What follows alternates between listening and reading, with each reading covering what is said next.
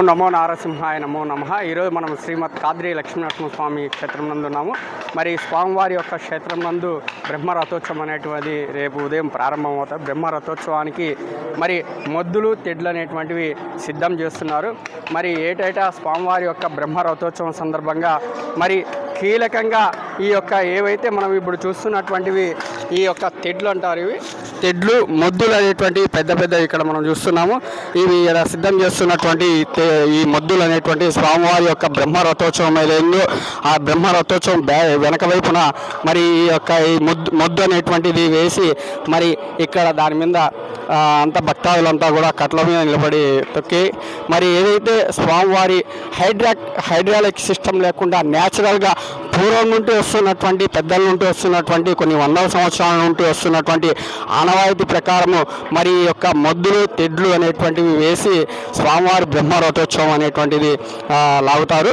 మరి ఈ లాగిన తర్వాత మొత్తం అంతా కూడా తిరువీధులు గుండా మనం ఒకసారి గమనిస్తే చౌక్లో టర్నింగ్ అనేటువంటిది ఉంది.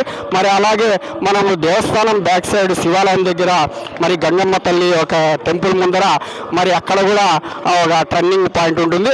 మళ్ళీ గొల్లమ్మ మండపం దగ్గర కూడా ఒక టర్నింగ్ పాయింట్ ఉంటుంది. మరి హిందూపూర్ క్రాసింగ్లో కూడా ఒక టర్నింగ్ పాయింట్ ఉంటుంది.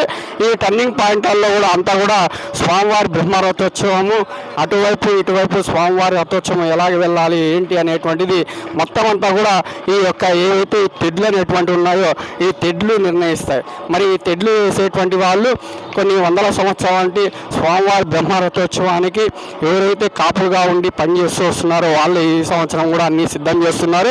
మరి ఈరోజు సాయంకాలానికి అంతా కూడా ఈ తెడ్లు మొద్దులు అనేటువంటివన్నీ కూడా సిద్ధం అవుతాయి. మరి సాయంకాలం ఆ తేరు దగ్గర తీసుకువెళ్ళి మరి ప్రతి ఏటా జరిగేటువంటి స్వామివారి యొక్క ఏదైతే స్వామివారి రేపు ఉదయం ప్రారంభమైన మంత్రోచ్చారణతో వేద పండితులచే స్వామివారి ప్రధాన అర్చకులైనటువంటి వసంత స్వామి ఆచార్యులు పార్థస్వామి ఆచార్యులు మరి వాళ్ళ వంశీకులు ఎవరైతే ఉన్నారో వాళ్ళంతా కూడా ఈ యొక్క బ్రహ్మోత్సవాలకు సందర్భంగా మరి అన్నీ కూడా సిద్ధం చేస్తారు.